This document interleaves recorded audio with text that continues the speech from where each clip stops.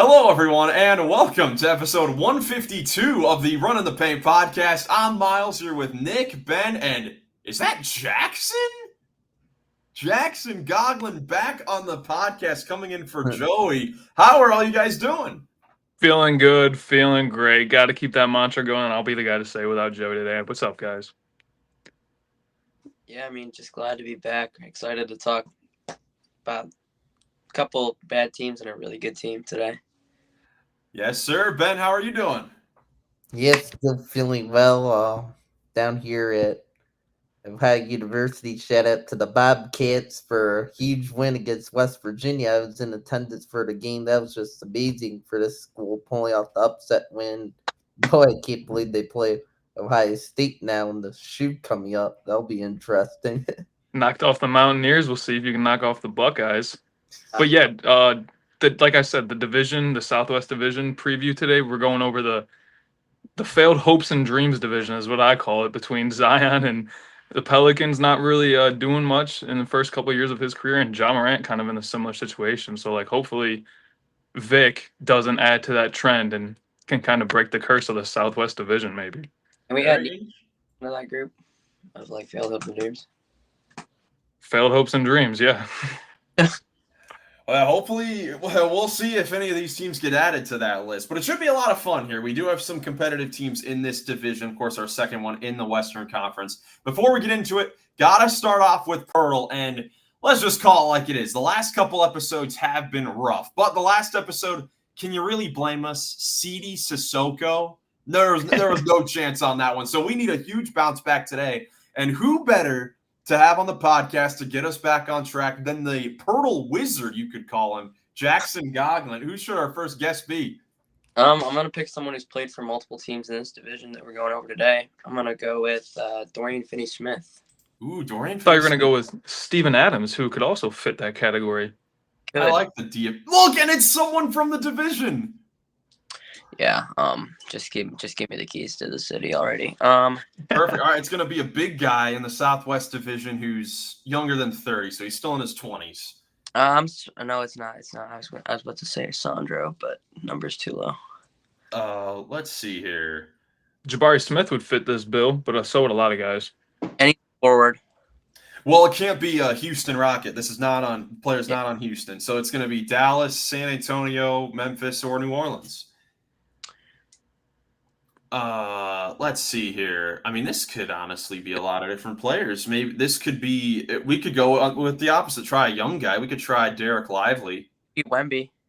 or Wemby. So we're thinking that this guy's position is going to be forward center or forward guard forward. Well, probably forward center because it's taller than 6'10". So this is going to be a 6'10" or above dude here. What's Lively's number? He's number 2. Oh, okay, so it wouldn't change. Yeah, and Wemby's number 1, obviously. Who else is around here? New Orleans has they have Messi, but he's 21. And he's only 6'9". Yeah, he's not. Yeah, not. There's Jaren Jackson Jr. He's Triple J. 9 or 6'10". Yeah, I don't think he's 6'10". I don't know the height. Yeah. All right, I think we tried. Wait. We want to try Wemby. Yeah, don't go Lively because it has to be a forward center. And they might consider Wemby. What they? I don't know. I think either Vic or Sohan or Luke Cornett or. Wait, Sohan's what? Sohan's 6'10". Is he 6'10"? I feel like he could be 6'9" too. I'm not totally sure about his height. I don't think he want to go safe. Yet. If we want to go safe, we can go Wemby. I think. You guys want to try Victor Wembanyama? Yeah. Let's try Wemby. Let's go with it. Victor Wembanyama, no good. Okay. So this is something in between. So it's not going to be on the Spurs either. So this is a Mav, Pelican, or Grizzly. Good to know. So this guy's either going to be 6'10", 6'11", or 7 feet on the dot. And it's not Derek Lively because he's not number 2. AD's 30, isn't he? No, and he's number 3. Yes. And that would have been a crazy shout. Gafford's 21. Memphis Grizzlies. They've got Zach Edey. Ooh, this could be Santi Aldama. I think it might be because he's what number? I think number 7. Yeah, he's number 7. I could try Santi. Why not? Let's try it out. Santi Aldama in 3. There we go. Yeah. There we go. The Good bounce back. Spanish- Getting the big guys. Serpent. How about we go with that? See what happens. See what happens when you bring the king back.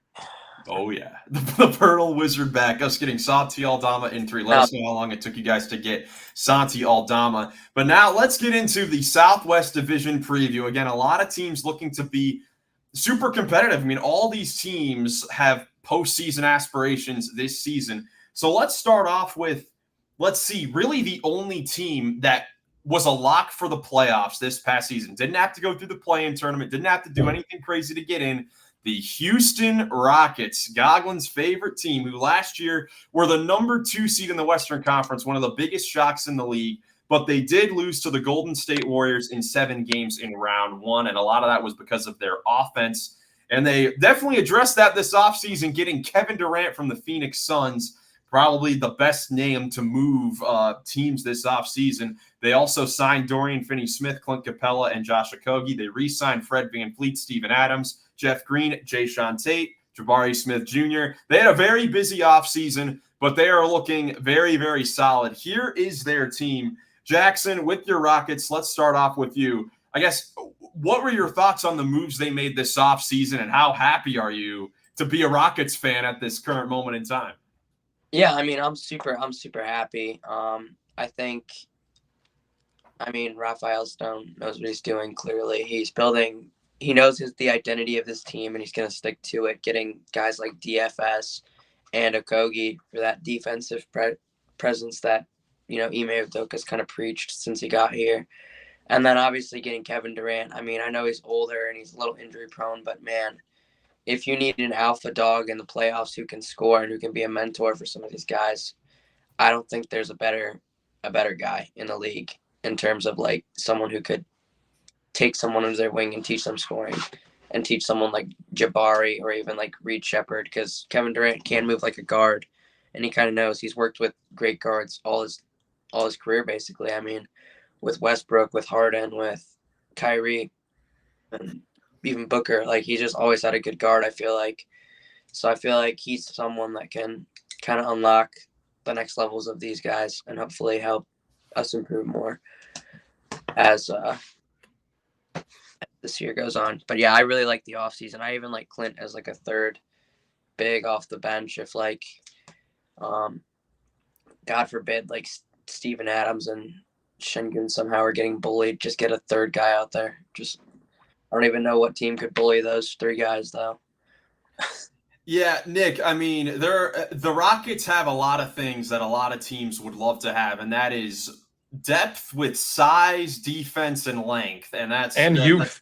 Yeah, and youth. And that's something that the Rockets definitely have there with all those bigs, with, Şengün, Adams, and Capella running the 5. Of course, Jabari Smith, Dorian Finney-Smith, even Tari Eason had a very good season last year. I mean, even Amen Thompson's going to play the 2 guard. Like, they're just so big with their lineup. Yeah, they got a ton of size. Jackson, I guess my question for you is, you may have just answered it the way you talked about the additions and Kevin Durant being the guy to kind of lead the team and bring the best out of each of them. But, I mean, we've seen teams overachieve in the past and then go back to, relegated to the middle of the conference or never really achieve the same great things. Like we saw with the Kings a couple of seasons ago. They were the 3 seed, got bounced, and now they're kind of middling. And the same thing with Memphis, who we'll talk about a little bit later. Like, they were a 2 seed and now they can't get back there. So, like, what is it about the Rockets that gives you the belief that they can break through and not be like those teams? I mean, obviously it's the fandom, but also like if you look at those teams, respect for acknowledging the fandom. Yeah.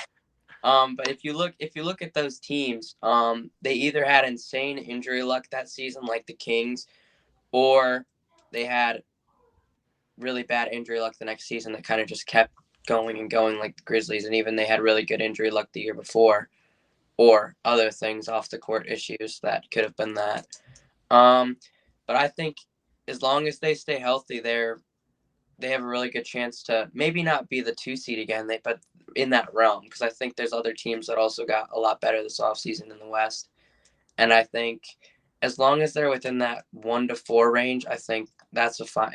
I think they'll have home court advantage as long as they stay healthy. It's just health. But I want to talk a little bit more about that after we mention like the over unders, because I do have some things to say about the over under. Yeah, for sure. We'll definitely we'll get to that in a little bit. Ben, how about your thoughts on kind of the Rockets offseason, and what are you going to be watching for with this Rockets team during the regular season? Because things are definitely going to look a little bit different, of course, with Durant there running the show there as their number one scorer. Yeah, I've talked about it before with the Rockets, but I really like what they did this offseason.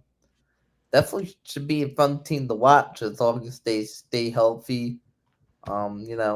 Kevin Durant's that, number one score they needed, it's like perfect for the Rockets now. Like Jackson said that they brought him in because he should hopefully be able to help the young guys too. Then that'll be your go-to score they need.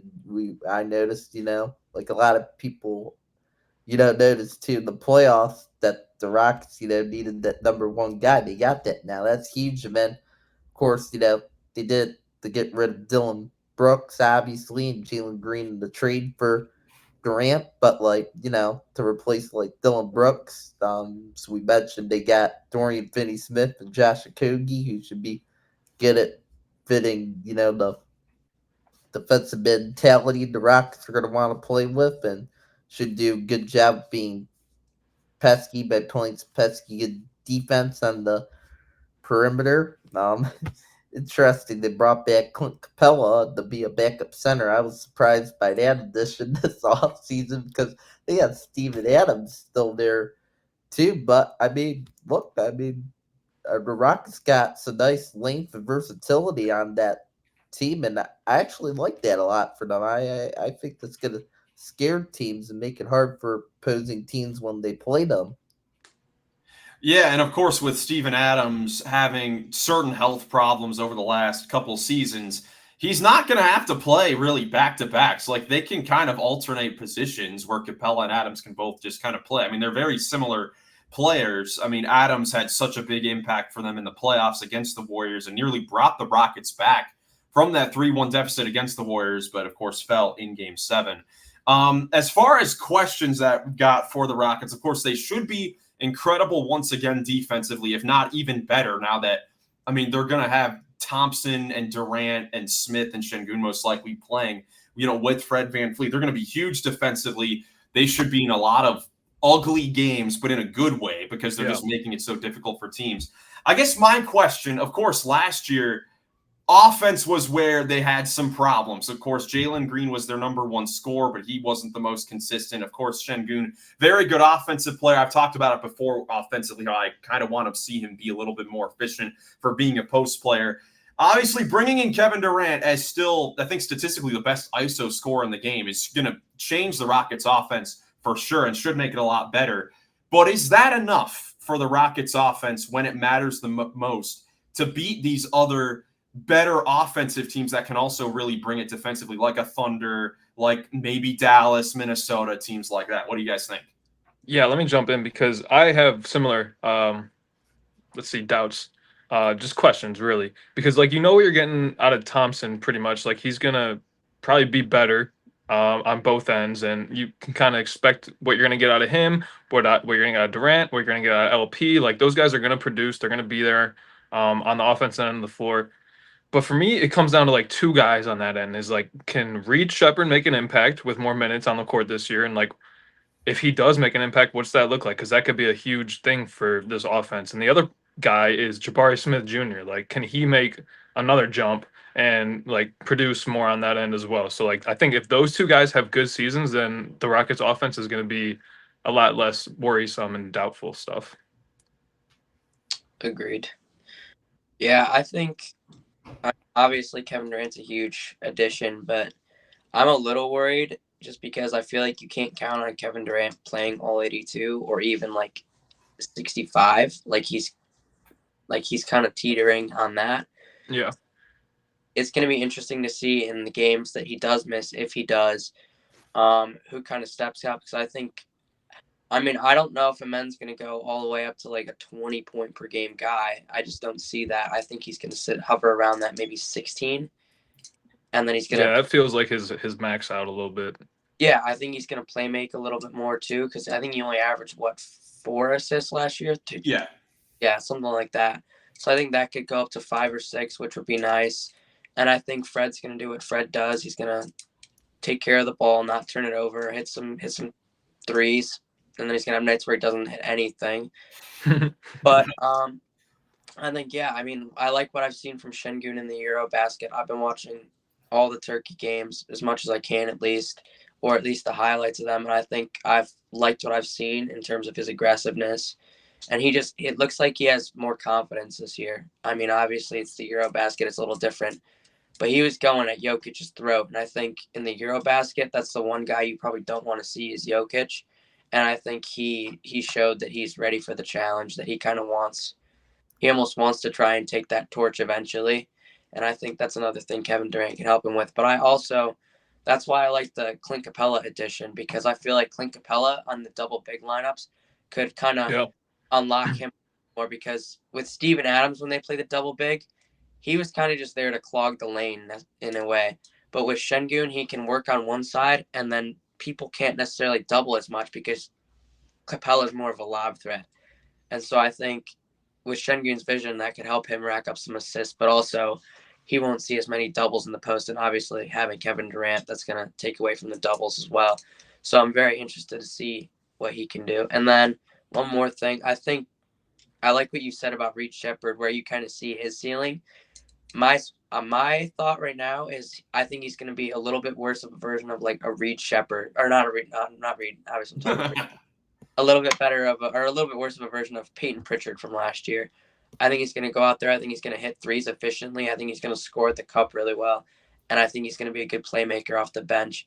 And I could see him maybe, like, if he's playing well, I could see him starting some games over Fred, just to like kind of get his feet wet in that regard. Because like we saw last year when he played OKC, he looked really confident out there against an OKC team that obviously was pretty good at basketball last year, and they were playing a lot of their guys.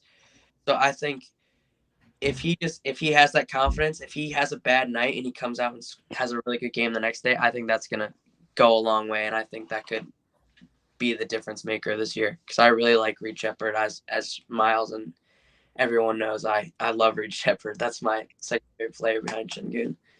Yeah, I mean, across the board, the Rockets are going to need to knock down some threes. Definitely more than they did last year, because last year, I mean, Dylan Brooks was their best three-point shooter, and then Jalen Green. So, and of course, I know God loves Dylan Brooks, or did love him before the trade, but of course, it's going to need to be improved, especially since Kevin Durant, who is now their best shooter, is a mid-range scorer at this point. He's going to operate in that area. So guys like Fred, Jabari, Reed are going to have to knock down perimeter shots in order to open up the floor a little bit. As far as their win total, they are projected to win 56.5 games, which is second in the Western Conference. So they are projected to be the second seed in the West after they won 52 games last year. What do you guys think about this number, 56.5 for the Rockets? Ben, let's start with you. For me, I'm going to have to get a slightly under. It's a tough one. I mean, maybe they could hit the over a bit somehow. But I think that's going to just come down to health. And I'm going kind of slightly on the under, because I don't think Durant will be able to play every regular season game for them, is my guess. But I hope that Durant should be able to play most games to where they still get like a high seed, somewhere 1 through 4, the team will be talented enough, to finish somewhere in that range.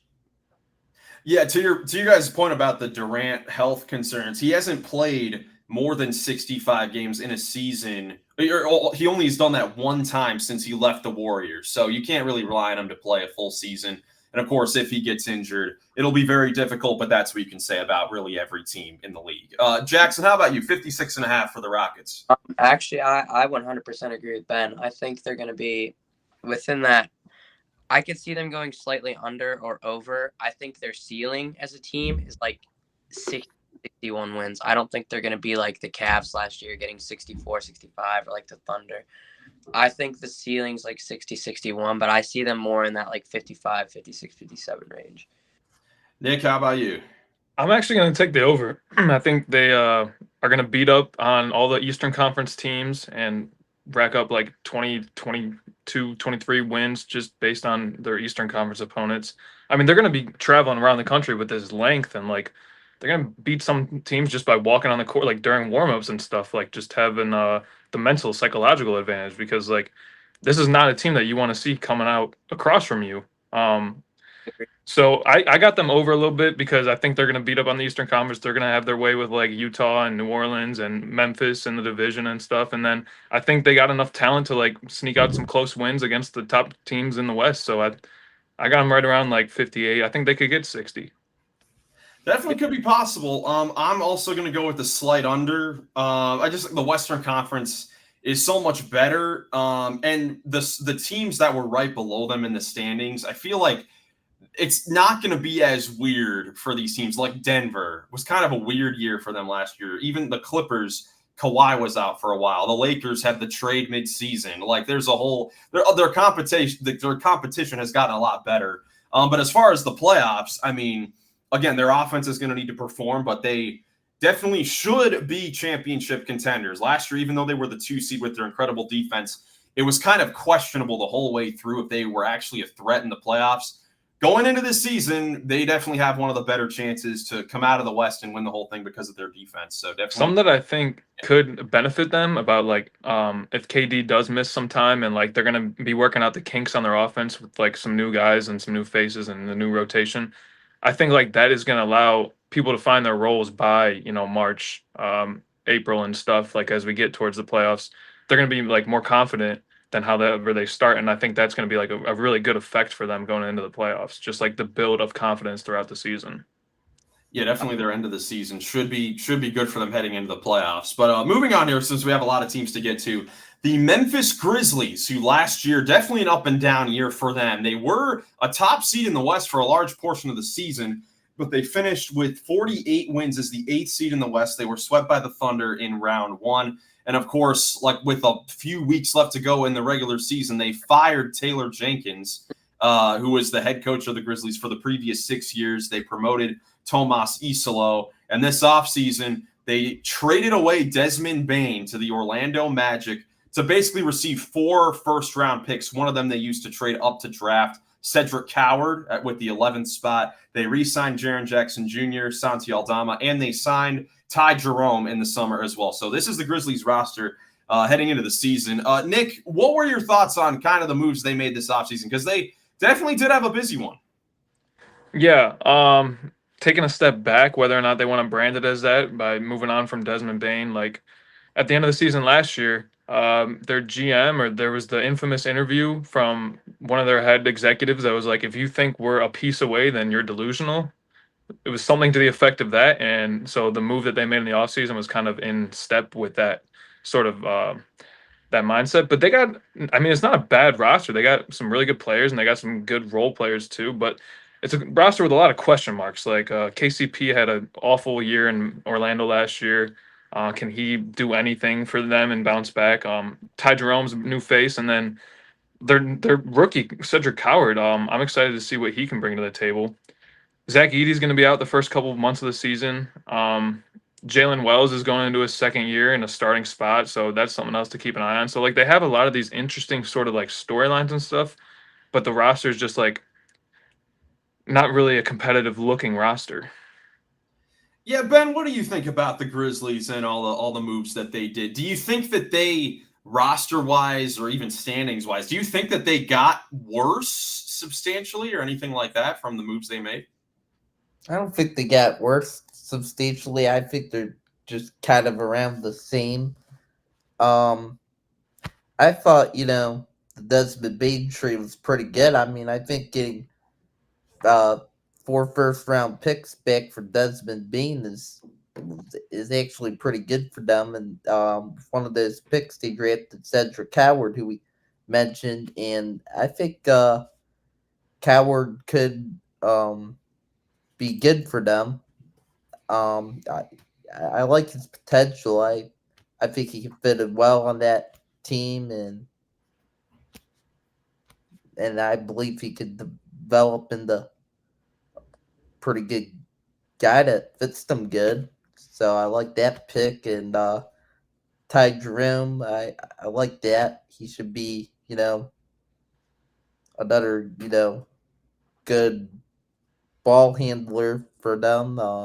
And they need him to handle the ball, not Ja Morant. So I guess they got better ball handling wise, but yeah, definitely some question marks with the Grizzlies. They got Thomas Eastlow now as their head coach. They decided to keep him around at their interim at the end of last season. I'm not totally sure how that will go. We'll see, and the West is just really tough. It's gonna be hard for Memphis this year. Yeah, Jackson, obviously an intriguing roster that made a lot of different moves this offseason. Like Nick said, they didn't really feel like they were close to really being competitive for a title. And a lot of question marks as well. What are some of the questions that you have about the Grizzlies this year? Well, one thing I noticed is obviously I haven't kept up with the Grizzlies offseason outside of the Bane trade. And I was looking at that and I'm like, dang, they really don't have any size off the bench. Like, like Brandon Clark's 6'9" as your backup. Have like Santi's pretty big. He's like 6'10", but I feel like he's gonna start a lot at the 3, and then you move. I think they should start Jalen Wells also in that starting lineup because I think that's a really really nice starting lineup. Or he's actually gonna start at the 4 because Edie's gonna be out. But I mean it's a smaller bench. Obviously, you have the 2 guards and off the bench, but I like that. And then I think Coward's going to be really good. But one name that has not been mentioned, and I know Nick is probably thinking about him, is Mr. G.G. Jackson. I'm very interested to see how they kind of integrate him back into this team because obviously he was dealing with a lot of injuries, and they had more of their healthy players back so that he didn't really get the 6-man role that he got his rookie year. But I think during his rookie year, he played really well in the time he got. So I think that they should just kind of let him be like a 7th or 8th man and kind of just let him run with it. But I think, honestly, if they start like Wells, and then I think KCP should just kind of take a back seat, in my opinion. Obviously, you're paying him a lot of money, but like let the younger guys develop. I don't think they're necessarily thinking they're going to be a title team this year. So I think you kind of let those younger guys develop, maybe get a decent pick this year, and then maybe you never know. If Orlando gives you a good pick somehow. I don't think that's going to happen, but somehow. Well, they from the trade they got the Suns. They got the Suns pick. But I have a different take on the Suns. I think the Suns are going to be I think the Suns might be a lot better than last year. But interesting, sneaky. Well, good enough to where that pick isn't a lottery pick. Potentially. Interesting. Okay, back-to-back years, Goggin likes the Suns. Back-to-back years, Goggin likes the Suns. I love to hear it. Yeah, I mean, look, the Grizzlies, they definitely should be a different-looking team on the floor, even though they may have a similar-looking team. I mean, the weird thing last year with Taylor Jenkins is even though they have Ja Morant and, very solid front court with Jackson and Edie, some of the lowest pick and rolls in the league were ran, and that's why Ja Morant's numbers were pretty low. And that's probably a big reason why, like, across the board on the top 10 players at each position or top 50 list, you could call him the most underrated player in the league at this point. Like, he barely made any of our lists. So I think that he is going to look to have a pretty big bounce back year after. I think he averaged only 23 points per game this year, which is the lowest since his big blow up, a few years back. But I will add to that. I think he's going to go back to that old form because we saw after Jenkins was fired last year, Ja Morant, I think he averaged 27, like 5 and 6 or something after the trade or after the firing of Jenkins. So I think Ja might have his confidence back, which is good. Now he just has to make sure he's good off the court. Yeah, it was only 5 games, but he did average 30 on 50 from the field, 41 from 3. So, we'll see. I mean, the 3-point shot is always a question mark with Ja Morant, but definitely a team that could be in the mix of things to be competitive, but we're kind of not really sure. And that's kind of how their projected win total is looking as well. 40.5 wins. So they are projected to take a big decline. But the 40.5 wins is tied for 9th in the Western Conference, along with another team that we're going to get to in a little bit. What do you guys think about this? I guess this is asking, will they be a 500 team That's what I'm or saying. not? I think they're going to find a way to sneak the over, find a way to get out from underneath 500. I just think they're going to find a way to win 41 games and not be under 500. Ben, what do you think? Yeah, I think I'm gonna have to agree with Nick. Just slightly over, just barely get above 500 somehow because I think, like Jackson said, I agree with him on Ja Morant. I think Ja Morant's gonna look more bit like his old form this year. I think he's gonna be free in the offense to running this year and is gonna have a big year and start looking like one of the better point guards in the NBA again this year. And I believe, Jaren Jackson Jr. could play pretty well again, too. And that's, two pretty good players that, I think boost them a bit above 500. I know Jaren also had surgery during the offseason, right, to repair a turf toe injury. So I'm not exactly sure what his status is going to be for the start of the season, but Usually, I mean, they do always find ways to win games, even with some of their guys out. So, Jackson, what do you think? I mean, I'm inclined to agree. I think this looks like a team that could easily go 41-41 or 42-40. But I think what I've learned, like doing like different fantasy football and stuff, is that Vegas knows a lot more than we. So I've learned to kind of agree with where they're at. I don't think they're going to be like much better, and I don't think they're going to be much worse. I think they're going to be right around that 40.5. Maybe they go 39-43 or something. But I mean, I think they're going to hit the over. Yeah, see, it's tricky. I tend to agree with that because the Grizzlies, besides the season where everyone was injured, they always put up pretty decent records. Yeah. I don't know what it is, though. I'm not really a big fan of this team.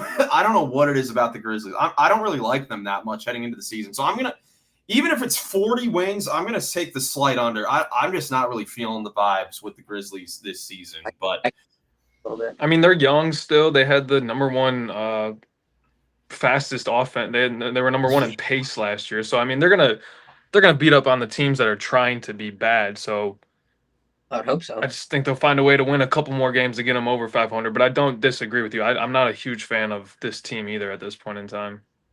Yeah, so we'll see what happens with the Memphis Grizzlies. But moving on here, next team, the New Orleans Pelicans, who, my goodness, last year was an absolute disaster. They couldn't even get the foot running. I mean, they were basically the 76ers of the Western Conference.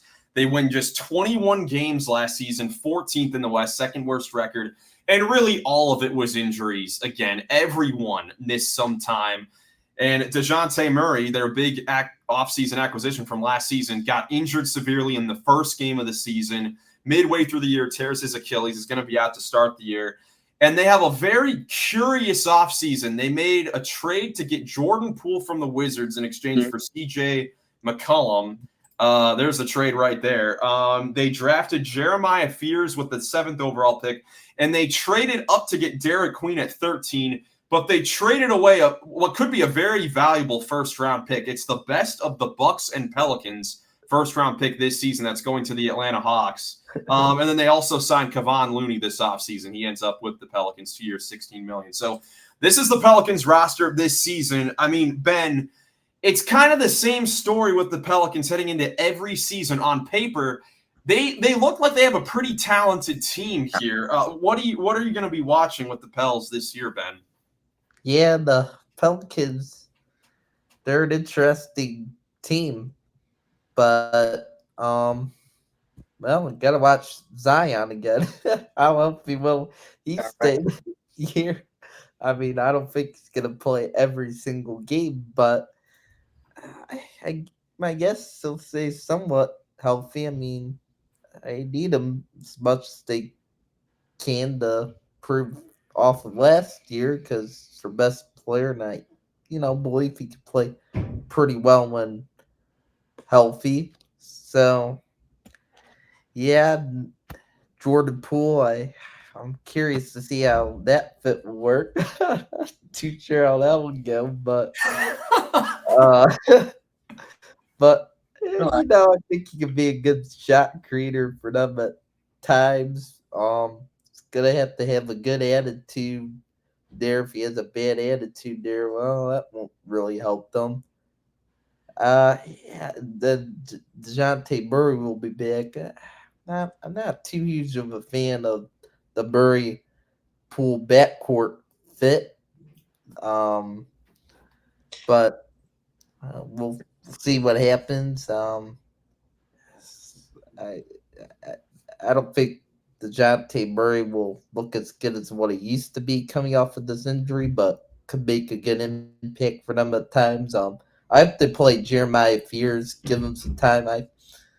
I think he definitely has a good potential in him, and obviously, we mentioned they drafted Derek Queen. I said, during the draft when the Pelicans made the trade to go get him that I didn't like them giving up that first round pick to get Derek Queen, but I think, Derek Queen could be a solid center for them in their rotation is rookie year, and they'll use Missy, who I think could continue to improve if you look good at his rookie year. So I believe, the Pelicans can hopefully be solid and get more wins than last year. Yeah, I mean, Nick, it's kind of Ben and I, kind of the tone that we're talking about with this team. It's like, yeah, it's okay. The moves they made, I mean, they're weird. We'll see what happens. I mean, that's kind of the vibe I get with this Pelicans team. What do you think? It's all centered on Zion, man. I think Ben hit the nail on the head. I know I was joking at the beginning of the episode about failed hopes and dreams. I mean, Zion is a 26-year-old beast of a human who can still dominate the game of basketball when he's at his best. I mean, he's another guy who could be considered one of the most underrated players out there right now because I know he was left off my power forward top 10 list. I think you left him off too, right? I might have. Yeah, I might have. So we both left him off.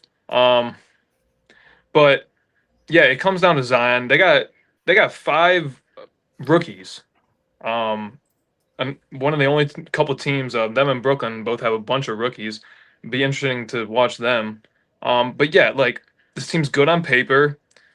The fit has a lot of questions, and who knows what the Pelicans are going to do this year. I mean, they could win 50 games or they could win less than 20. Now, Jackson, of course, if you remember, over the last couple seasons, has always been a big fan of Jordan Poole. So, Jackson, what were your thoughts on that acquisition and kind of that fit with this Pelicans team, and your overall thoughts on the roster they've got? This roster, I think this is the worst roster construction I've seen in a while.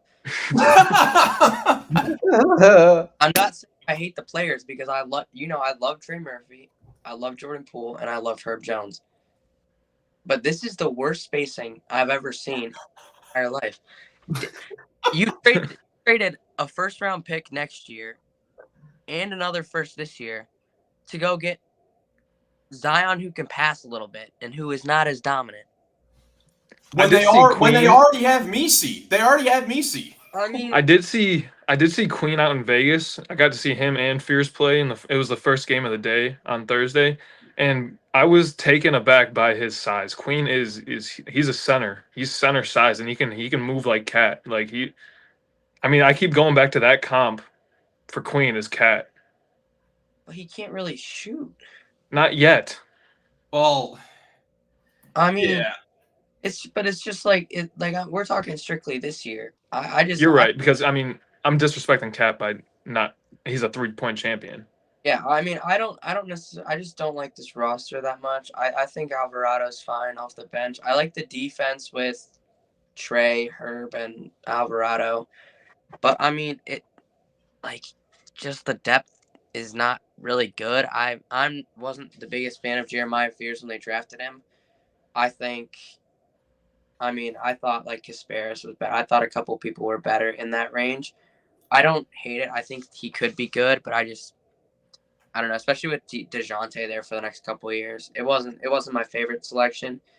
Yeah, I mean, look, just the moves they made, because we just mentioned, I mean, time will tell if they made the right decisions with these moves. I mean, who knows? The Bucks or Pelicans could have a shocking year, and the pick won't be anything too special. But as far as the moves they made on draft day, we just said they gave up a potentially very valuable first-round pick to get a center when they drafted one last year.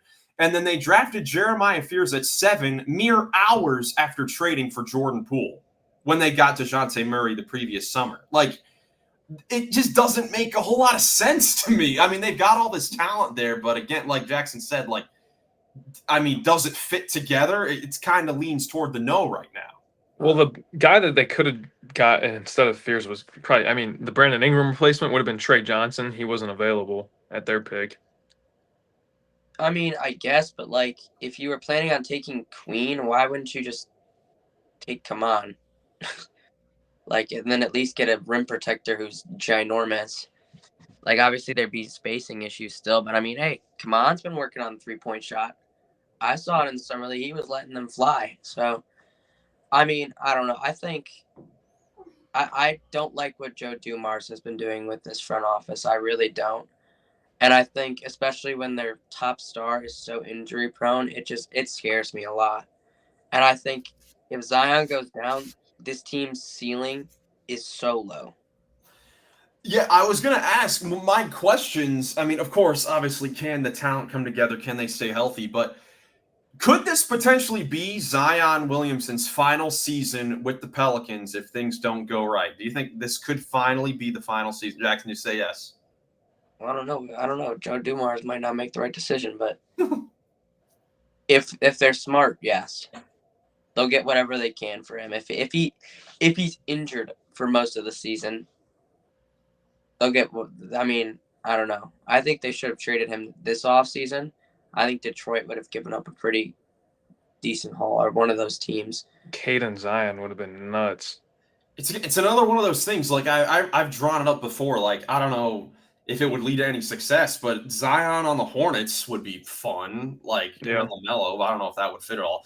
Anyways, as far as their projected win total, 29.5 wins, second worst in the Western Conference. And I mean, even though they do have a pretty okay looking roster as far as talent goes, we are talking pretty low on them. So I don't know how we're going to go on this one. Jackson, what do you think for 29.5 wins? I mean, like I said, I trust Vegas. I'm gonna go lower, but I think they're gonna exceed what they did last year. I don't think they're gonna have 21 wins. I could see them being like a 24-5 win team. Yeah, I mean, this is asking, are they going to be a 30-win team or not? This is what it's asking. Yeah, I'm gonna take like 24-25. So, I mean, like I said, I'm not thrilled on the roster, but I think any West team I feel like is gonna win 20+ games just because the East is so weak. Yeah, outside of Utah, anything can be up for grabs. Ben, how about you? 29.5 wins for the Pels. Yeah,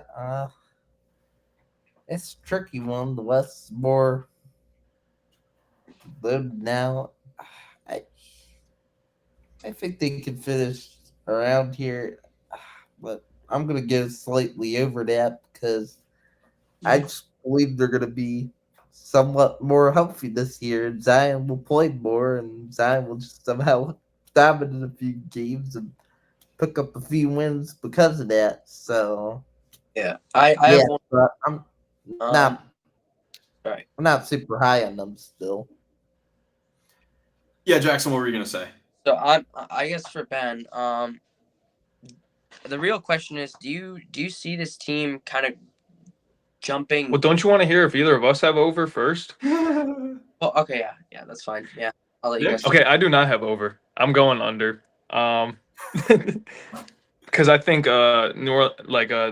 this is still a very inexperienced team. I do think they're going to be healthier. I do think that they're very good on paper, and like what I said before, they could win between 50. I don't know if they would ever get 50 in any world, but like I could see this team winning over 40 games, like pretty reasonably. Um, I just don't think it's going to happen for them. I think they're too young. They haven't learned how to win. They have no experience winning. I'm going under. I think that's the perfect way to describe it. They don't know how to win yet, and I don't think they made any moves to improve that at all. I mean, it's crazy. Even though just because of the way that the standings worked out and how crazy the West was, just 2 seasons ago in 2024, they won 49 games and were the 8th seed. Like, just that's 2 where I years had them going into last year was right around there. I mean, it literally shows the last 2 years they won 49 and then 21. So it could be anywhere in between that. For me, I honestly have no clue what to think about this team. I mean, I came into this thinking slightly over, but now I've got no idea. I guess for the official record of it, I'll go. I mean, some West teams are going to have to lose a lot of games. So this might be one of them. I'll go slightly over. I'll stick with my guns on this one, but I don't have much faith at all. Yeah, I mean, the question I was going to have for Ben, and I guess all of you guys, is really taking the over. Do you think that this team is going to have a 9-win jump from last season? I mean, realistically, they should because of how crazy the injuries were. Like, Trey Murphy had a very good year, 53 games. Brandon Ingram, 18 games played before the trade. CJ McCollum, 56. Like, their highs for games played were Yves Missi at 73, Jeremiah Robinson-Earl at 66, and then no one else would have qualified for any awards. That's how bad it was. Only 2 players played enough games to qualify for awards. So it really is insane. So I think just based off that, they should be 8 to 10 wins better because 21 wins was awful and no one was healthy.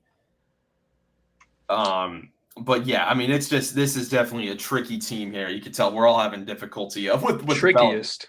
Yeah. Let's move on here to a team that, let's just say they had a pretty tricky season last year. The Dallas Mavericks, who after making the NBA Finals, traded away Luka Doncic, and the basketball gods just didn't allow anything to work for them until they won the lottery and got Cooper Flagg with the #1 overall pick. They re-signed Kyrie Irving, who, of course, had the ACL injury. He's going to miss a lot of the season. He might miss all of it. We're not too sure. They extended Daniel Gafford and P.J. Washington. And then since Kyrie Irving's going to be out, they signed D'Angelo Russell to be their starting point guard until Kyrie is back in the lineup. So here's the Mavericks team here. Of course, a huge roller coaster of a calendar year after making the 2024 NBA Finals. But this is their team. Nick, I guess, where do you want to start off with the Mavericks? Because there's a lot we could talk about with this team. Yeah, I got 2 big things on my mind for Dallas going into the year. And the first is just the development of Coop playing alongside Anthony Davis. How good do they look? How good can their chemistry get by the time the playoffs roll around? And are they clicking when Kyrie comes back so that it can just be a smooth transition? Really how Coop plays with everybody. How Coop plays with Lively is another big thing I'm going to be looking at. And then the other question I have is about Max Christie and whether or not he can pop this year, because he's a great 2-way player right now with the potential for like more to come on offense. And if that happens, like I could see, I'm wondering if we could possibly see Christie jump up and to take Clay's starting spot by the end of the year. Like, can he pop is my big question. I like it. Jackson, how about you? What do you think of the Mavs? I mean, yeah, obviously you got the #1 pick, Cooper Flagg. I think he's going to help with this team's defensive identity, which is something that Nico Harrison's kind of preached a lot. And it's going to help kind of hide the fact that D'Angelo Russell's not the strongest defender. True. But I really like this roster. I mean, you look at the bench, you look at the starters. I think P.J. Washington's going to play a really big role at the beginning of the season, too. I mean, they just gave him the extension, so I think he's going to he could be their second leading scorer. But I don't know, man. I like Klay Thompson, too. I think Megan Thee Stallion's going to have bro moving different this year. We're going to see. He's got him eating good. She got him eating good, that's for sure. Oh my goodness, Ben! What were your thoughts on the Mavericks? You guys took that out of. I saw a video of her cooking for him. You guys. That's what I'm saying. That's why I'm laughing, because I saw that. Like, Wow. But Ben, what were your thoughts on the Mavericks off season and the moves they made this summer after just the catastrophic year they had last year, which earned them the first ever Garbage Fire Franchise of the Season award for the Runnin the Paint podcast? Yeah, I like their offseason though. I mean, I don't think they're going to be garbage fire going forward, guys. I have high hopes for this team this year. Big thing is a huge thing for them will be how healthy does Anthony Davis stay? Because and there's been a question for him recently, like Zion. I think Anthony Davis stays relatively healthy. That I hopes that this team can make the playoffs. Be scary because AD, even though he's getting older, still is great defensively, still could be dominant on the offensive end. And I really like the depth the Mavericks have, and they have to get really lucky getting Cooper Flag. I think Cooper Flag can already make a huge impact this rookie year. I think he's gonna look great in some games his rookie year, and I think he can fit in and be good defensively for them. And um, the the ball handling, yeah, it won't be as good to start the year, but should be better. Once Kyrie comes back, and they'll help with that. But I like the fit of D'Angelo Russell on the team, and I think he should be a good, serviceable starting point guard for them. Start the year for a while Kyrie Irving is still out. And I just like Dallas a lot. They have great depth. They have great size. I think they could surprise some people this year. I think they're going to be pretty good and fine past Luca. Yeah, I mean, of course, when the Luka trade happened, I mean, it was a whole mess that happened right after that. And I don't think they expected to get Cooper Flag from that whole debacle. But from that, I mean, we're seeing the vision that Nico Harrison had. I mean, this team is full of defense in the front court. They're full of size, perimeter shooting, whole lot of different things. And of course, when Kyrie Irving comes back, they're going to have one of the best, arguably the best ball handler in the history of the game to run the point. So they definitely have a very good team. Could have the argument that this is the deepest team in the league. That's what I'm thinking. I think that bench unit is one of the best bench units I've honestly ever seen. I'm not even. I think everyone on their bench could easily average 12 plus points. I think Jaden Hardy is underrated. I think he's a bucket getter, just straight up. And then you have Christie, who when they first got him was balling. You have Najee Marshall, who is just a straight up bucket getter. He dropped 48 the one game last year. He was like the only consistent, reliable piece for Dallas after the trade. It was crazy. Lively or Gafford, whoever doesn't start, and then Washington. I think it's a fantastic bench. And then even their starters, once Kyrie comes back, you just slot D'Lo in there for Jaden Hardy. So if Jaden Hardy's struggling, you just add someone who could easily go out there and drop 30 any given night to your bench. So I'm really confident. I really like.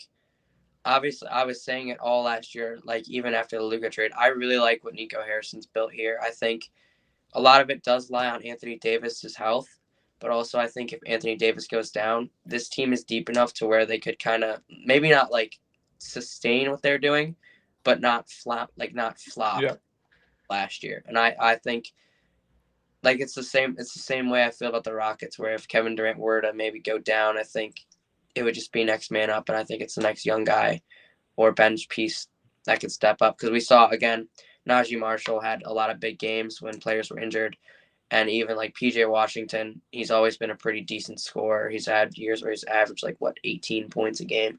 So I think Nico Harrison's built a sneaky, really good team over here. Even the third stringers, Brandon Williams is good. Like, he can score the ball. Dante Exum's a good defender. Caleb Martin, we'll see if he has anything in the tank for him, as well. The couple questions I've got, I mean, Cooper Flagg, of course, now with Kyrie Irving out, they can use him in a lot of different ways. I mean, there's been talks of maybe he runs the point a lot throughout the season. How do you guys think that Jason Kidd will use Flagg this season? Yeah, I think he should experiment with him at the 1. Get Coop a taste of running an NBA offense as soon as he steps on the court. What better way to break him in and welcome to the NBA moment than that, to just, give him the reins and see what happens. Yeah, I think one of the things with Coop coming in was his ball handling's a little shaky. So I think obviously there's really not a better situation you could have gone to kind of learn that. I mean, you're practicing with Kyrie Irving every day. And I mean, Jason Kidd's a former point guard, so he's not a terrible ball handler either. So I think Jason Kidd, even if like at the beginning of the year he struggles with like say turnovers or ball handling, I think he needs to just keep letting him get the reps in, because I think if you let him run the point like you saw with him and Kaman, he's got 2 Kamans out there on his team now, even maybe 3 with Anthony Davis. He's got 3 guys who can jump up and catch those lobs or just run the pick and roll with him. So I think it's going to be very beneficial for him to have Lively, Davis, and Gafford there. And I think I'm excited to see how he kind of works with them while also working with the guards. So definitely a deep team that has a lot of talent, but of course is going to have their all-star point guard out for a lot of the season. Is there any chance that this team could compete for a championship this season? Yes. 100%. That's not even a question. 100%. Yes. I think I think this team has like a way better shot than I'd say like teams like the Warriors and the Lakers. I think they What have about the Clippers? Because that's the team that's been on. When you said deepest team in the league, I'm like, the Clippers kind of have a shot, or they would have something to say about that. Do you think this team has a better chance than the Clippers? I think is a good question. Yes. Because Kawhi Leonard's about to get sent to the gulag. And Ballmer's about to get sent to jail or something. There is a lot going on. Yeah, with whatever ends up happening with the Clippers. I mean, at the current moment, I'd still take the Clippers because, like, I think there are still some questions with Dallas. I mean, this team is very, very good. I'm just not sure. Like, if Kyrie Irving, I mean, it's not just a simple injury that he's out with. He's out with an ACL injury, and he'll have to come in with like a month or 2 left in the season with a whole new team. This is a brand new team, and I don't know if they'll be able to compete for a championship this year if Kyrie's going to be out for all that time. Okay, but do you think he's not going to step on the court? And I don't know if he'll be at the same exact level he has always been at, but it's not like he's going to be he's still going to be Kyrie. Like I think it's going to be okay. Like I think he can step in and make the same sort of impact that they need to win. 100%. And I think he's going to be working with the guys a lot, obviously, while he's rehabbing. I don't think he's just going to be away from the team or anything. I think he's going to be doing as much as he can to help develop these guys and make sure that he's on the same page with everyone. Because I guess, yeah, sorry, Jackson. You're good. My thing is, Kyrie doesn't seem like a player who would have a tough time making the transition back in. I'm wondering what it is about. Is it just the injury that you're concerned with, like working back in, like just the specific ACL-ness injury? Yeah, I mean, you're talking about he's gonna be 33 by the time he comes back, coming off of a big time ACL injury, and this is a guy that's faced injuries throughout his entire career. I mean, this is the same knee that he tore in the finals 10 years ago.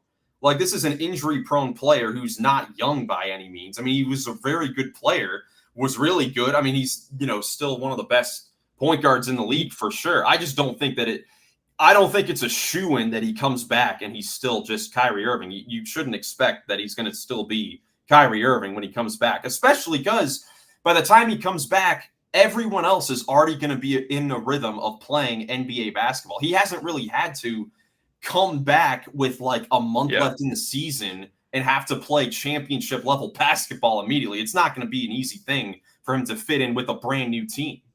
Yeah, I think especially because, like we said, I think they're going to work on Coop's ball handling and development. So I think when he comes back, he doesn't necessarily have to be the main ball handler, especially if they still have D'Lo and if they have Coop kind of. But you'd still want him to. No, but I'm saying like Kyrie's like Kyrie and Steph Curry are like the same type of guy in the sense that they can impact Do the game both. Yeah. off. They don't even have to have the ball in their hands to necessarily impact the game. They just draw so much attention. And I think Kyrie's so smart that I think even if he loses a step or loses like some of his dribble moves right when he comes back, he's so smart that he's going to find other ways to score or get other people involved. So I think, and a month or two, that's a pretty long time. I mean, think about how many games he's going to play in that span. He'll have plenty of games under his belt, and he'll have plenty of time to rehab, because we've seen like even Kevin Durant coming off his Achilles injury was better when he came back, and he's had multiple injuries in his career as well. So I think if there's someone, and you never know what type of voodoo magic Kyrie can come up with. So I think, and I've seen reports that he could only miss maybe like 30 games. So if Kyrie comes back after 30 games and plays 50 games, I think this team, the sky's the limit for this team. Yeah, they definitely could come back. Let's see. He tore it in like March. Yeah. I mean, I think it'd be a pretty quick turnaround if he was already back by then. Usually it takes a full year. Everything I've heard is ahead of schedule. Ahead of schedule. That's all I've heard. Yeah, he could be ahead of schedule. And I mean, and the last thing I'll say on this before we get to the over-unders, I mean, with Kyrie coming back, I mean, these other players that have come back from the injuries better, none of them had to come back in the middle of the season. Like, which makes it tricky. Like, none of them had to come back in the middle of the season besides, like, Clay with the Warriors, but that's a spot-up shooter. It's not going to be – like, when Kyrie comes back, it's not going to be, like, D'Angelo Russell as the starting point guard of this team. Yeah. He's going to have the ball a lot more, regardless of if Cooper Flag is rolling with the ball, if Anthony Davis is rolling with the ball in their hands. Kyrie Irving does need the ball in order for him to fully be maximized. But as far as their over-under – 40.5 wins, which does seem a bit low. So I'm going over. I'm hammering the over for the Mavericks there. What do you guys think? I agree. This is the first time I'm going to disagree with Vegas. I think this team has the potential. I think their floor is like 40 wins. If I'm being honest, I think their ceiling's probably 51, 52. So I'm going to hammer the over as well. Nick, I say over. You guys agree? Yeah, injuries would be the only thing. Yeah, for sure. Final team here, the San Antonio Spurs. Last year, 34 and 48, 13th in the Western Conference. But, of course, Victor Wembanyama had another crazy season. Of course, it was cut short with the blood clots, but has been in the lab with a variety of different kinds of people this offseason, as we were talking about in the pre-pod lobby. This offseason, they drafted Dylan Harper and Carter Bryant. They extended De'Aaron Fox. They signed Luke Cornett. They acquired Kelly Olynyk. So they've done a lot of different things over the past calendar year. So here is the Spurs roster. Jackson, where do you want to start off with the Spurs? Man, that power forward depth is trash. No, I mean, the team kind of just looks exactly the same, except they added Dylan Harper, who is he might miss some time because didn't he get, I think it's finger ligament? Yeah, something to that extent. So which hand, was it on his left or right? Let's see. Dylan Harper.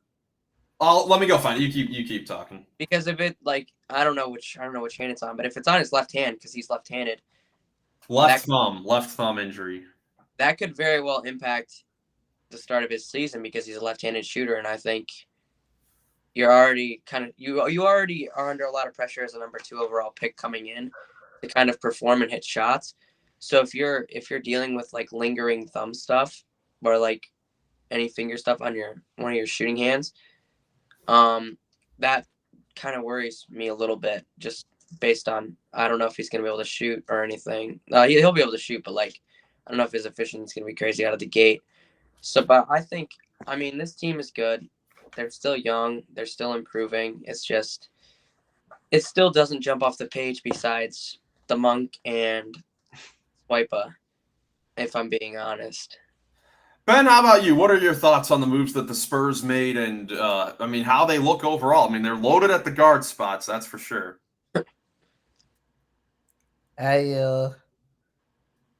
like the Spurs this year, I think this team's gonna be pretty good. Surprise people kind of like the Mavericks if they stay healthy this year because look, Wemby stays healthy this year. Man, that's one of the best players in the league they're gonna have right there this year. I mean, he's just gonna be great on both ends this year. He's gonna be absolutely fantastic on both ends. I mean, it's so tough, for players to score around him. I mean, he's got so much length and offense. He could be dominant. I believe Wemby's in for a huge year. I believe he'll be ready for it, and then I really like that Wemby's gonna have multiple different guys who can play pretty well point guard, giving him the ball. That's gonna be tough for teams to stop too. Like De'Aaron Fox, he's great when he's healthy. That was a big addition getting him during the trade deadline last year. And Stephon Castle and Dylan Harper, those guys, could continue to work with Wemby for a long time. And Castle, rookie of the year last year, they'll be pretty good too. And wow, Dylan Harper's in that mix. He's great potential. I do, kind of worry about him at the start of the year, like Jackson said, but, believe, once he, starts developing, getting used to, like, the NBA and stuff to start his rookie year, that he could become, pretty good for them. And, I like, some of the guys they got at the wing. I like, you know, uh, Vassell and Jeremy Schumann. I think Jeremy Schumann's a good defender with good length. So I think there's some solid depth for the Spurs this year. I think they'll be a bit better depth wise this year. And are kind of, a tall team, especially, with the centers. They're really tall. So I'm excited for Spurs basketball. I think, it's finally going to be some pretty competitive basketball for the Spurs once again this year. Yeah, Nick, of course, the number one thing that we got to watch out for is Victor Wembanyama heading into year 3 of his career, and he could be set up for one of the biggest jumps in the league. I'm curious, what are you more excited to see from the Spurs roster with Wemby? How all the guards play alongside him, or the potential of some of the double big lineups they can play with Wemby and Cornette, Wemby and Olynyk, whatever they want to do? What are you more excited to see? Probably the guards. I think that's the more fun thing to watch. It's fun to watch Wemby play the perimeter, and you can stick somebody else in the dunker spot for a little while. But I think the guard play is going to be really exciting and really interesting to see. Just a young team with a lot of talent and a lot of speed. It should be a good combination for them. I'm very high on the Spurs. I think this team's going to be competing for a top 4 spot. They're going to be, I think, above 45 wins. To be honest, I mean, you got Oh. you got Fox and Wemby, who like are the leaders of the team, and they've proven they know how to win. Like Wemby is a competitor, and Fox is a fierce Well, competitor here's as the well. thing. Have they? Have they yet? They haven't. No, they have not. Let's pump the brakes on that, because they have not yet, if we're being real. Wemby, not in the league, maybe, but like everything about what he puts out is just tells you he's a winner, and like like the confidence and the poise, and I think like he's a great leader, and that's kind of what I'm saying about him and Fox. Like they have guys to lead that locker room, and it's not going to be like a New Orleans thing or like a Memphis thing where like they don't know how to win. So that's why I'm a little bit higher on the Spurs. And then you add Dylan Harper, Carter Bryant, and Luke Cornett to a team that like competed well in the second half of the year after they got Fox with the 2 reigning rookie of the years. So yeah, I'm high on the Spurs. We'll see what happens.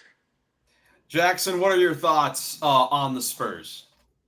Yeah, I mean, I think I'm the opposite of Nick. I'm still pretty not low on this team, but I don't think they're gonna take the huge jump that people are saying because like I don't know.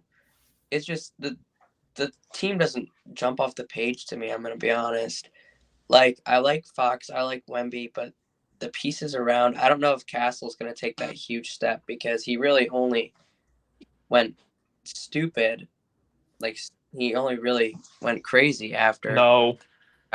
He was good before. I'm not saying he wasn't good before, but he really like separated himself from the rest of the rookies after they all went down. And even then, he wasn't necessarily efficient when they went down. And obviously, he's a rookie; you can't expect him to be efficient. But I think with Harper, I don't know if he's going to necessarily get as many chances because I think with Chris Paul last year, he was kind of able to also like be that go-to scorer. And I don't know. I think they're going to let Harper kind of take the reins. And like I said, for the first couple months, I'm not that high on Harper. I still think he's going to be good as a rookie, but he worries me with because I've had a hurt thumb before on my shooting hand, and I tried shooting, and it's very uncomfortable. And especially if you're an NBA player, if you're so used to doing something but it's uncomfortable, it throws you off. Even if it's just a little bit, that goes a long way. So I think I'm not saying they're going to be like the worst team of all time, but I don't think they're going to make a huge jump. I think they'll get slightly better. Yeah, I mean, to me, I think this year needs to be about obviously just seeing what Wemby does in year 3. And then, I mean, which of these guards can really have the potential to be the staples of this franchise? Because when they are at their peak, they should not have Fox, Castle, and Harper all there. That would just not be smart. And like you said, Jackson, I mean, Devin Vassell, Harrison Barnes, solid. Jeremy Sohan, Keldon Johnson, they're all solid players. But if you could flip Harper or Castle or Fox when their value is high to get a great 3 or 4, that's probably the move that needs to be made. So I think that they definitely will get better. I definitely think there's a chance that we can see the Spurs back in the postseason playing in the playoffs for the first time in a while. Because crazy enough, I'm pretty sure in the Western Conference, they have the longest playoff drought in the league, the Spurs that we're talking about. So I'm sure that's going to have to end sometime soon, and it definitely could be this season. As far as their projected win total, 43.5 games. Nick, obviously going with the over. Ben, what do you think? Yeah, I'm going to hammer it over. You know, Or the over. I believe Wemby can stay relatively healthy. Wemby's healthy. Yeah, watch out. Watch It's just gonna out. be so good to make the Spurs just, a tough team to beat, for opposing teams. Dang, wait. So you guys think this team's gonna get better by at least 10 wins, and it sounds like you guys think they might. Well, yeah, I guess was that what hammering the over would mean? You think like over by 10? Well, hammering. So that'd be like. No, he's saying they only won 34 games last year, and Oh, I'm we're all sorry. predicting. Yeah. You're right. Yeah, you're right. My bad. I mean, like I said, I think they're gonna get better. I have a hard time believing that they're gonna win 10 more games. Even They like brought in Lindy Waters for what? Oh, jeez. Well, I mean, Wembanyama only played 46 games because of the blood clot, and Fox also got hurt after his few games too. And they were in the postseason mix before they got injured, and you'd expect Wemby to be better. both seed though when that happened. So I mean, and like I said, I think their depth got a little worse, at least at the guards and forwards. Besides Carter Bryant, I like Carter Bryant, but I don't know. I think they're going to be like a 37 to 40 win team, but I don't see them being like a 44 win team yet because you got to remember, a lot of the West got a lot better, especially even like some of the lower teams like the Trailblazers and even like Utah is not going to be as necessarily beat downable this year. Like they'll take games from some of these lower end West teams. So I mean, like I said, I think they're still going to be better. I think, like I said, 37 to 40 wins, but I don't think I'm going to take the under. I think I'm going to take the under. I'll go with the slight over. I don't know if there will be a crazy jump as far as their win total, but I definitely, like I said, I think that there is a world where they can jump into a top spot in the playoffs because, I mean, with Wemby, you'd hope that, you know, for the first time they can have a top defense around him. I mean, that'll be a question, of course, with the guard play as well. They don't really have any crazy defenders that stand out, but maybe that's where like a Stephon Castle takes a jump. Maybe he doesn't take a jump statistically, but he becomes a better defensive player, and that helps them win more games. They also don't have the whole Greg Popovich health scare over their heads this summer. They're going to know that Mitch Johnson is their head coach.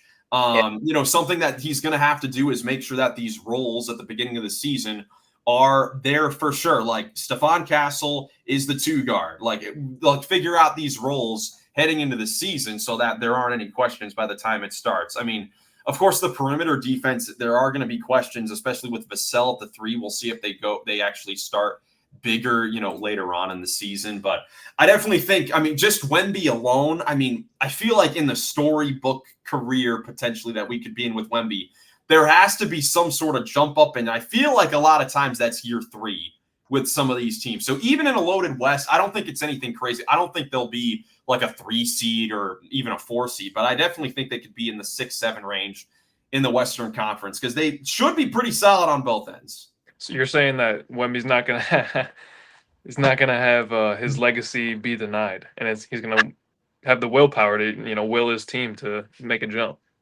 God, at some point he's been hanging out with the Monks and Kevin Garnett and Team Olajuwon. But like this is how I'm thinking about it, though. What kind of where do you see Wemby's jump going stats wise and like impact wise? Because impact wise, I mean, on the defensive end, I don't know more he can get on that. Bringing up his teammates, making the team around him better as a unit. I mean, with, you know, doing it by example, like the little things too. Like it's just like being a pro sometimes, but like I think he's probably gonna have a better impact on the court too. Like just having more experience and having more reps and higher awareness and like being able to anticipate things better. I think it's just going to make everybody around him better, and that's going to lead to more wins. I think he should be a bit more efficient from 3 too. I think he'll take better shots this season across the board. And like, you know, numbers may go down a little bit, like rebounding, because there can be some times where he plays the 4, like where he can make his teammates better. I think his assist numbers should definitely go up. I mean, his scoring in theory should go up. I mean, I feel like the jump he makes, I feel like he could be a 27-11 type of guy, 4 assists. And I mean, he's averaged 4 blocks each of the last 2 years. I don't know if those could go up at all, but I mean, it's insane. I mean, I feel like the sky could be the limit for him. I mean, I feel like the jump has to happen at some point as far as the winning culture, especially for the Spurs. Maybe it isn't this year, but I feel like it's definitely a possibility that year 3 could be the year. Like I would love if they prove me wrong because I like the Spurs. I like this team. Like I like the players on this team. I think Wemby's hilarious, dude. I think like I said, the post he made today was so funny. You go from the Monks to Kevin Garnett to Hakeem.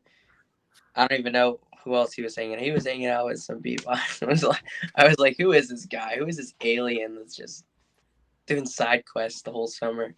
I know. It's unreal. But yeah, so there's a look at the Southwest Division. A lot of fun here with all of these teams. Jackson, thanks so much for coming back on. We have missed you.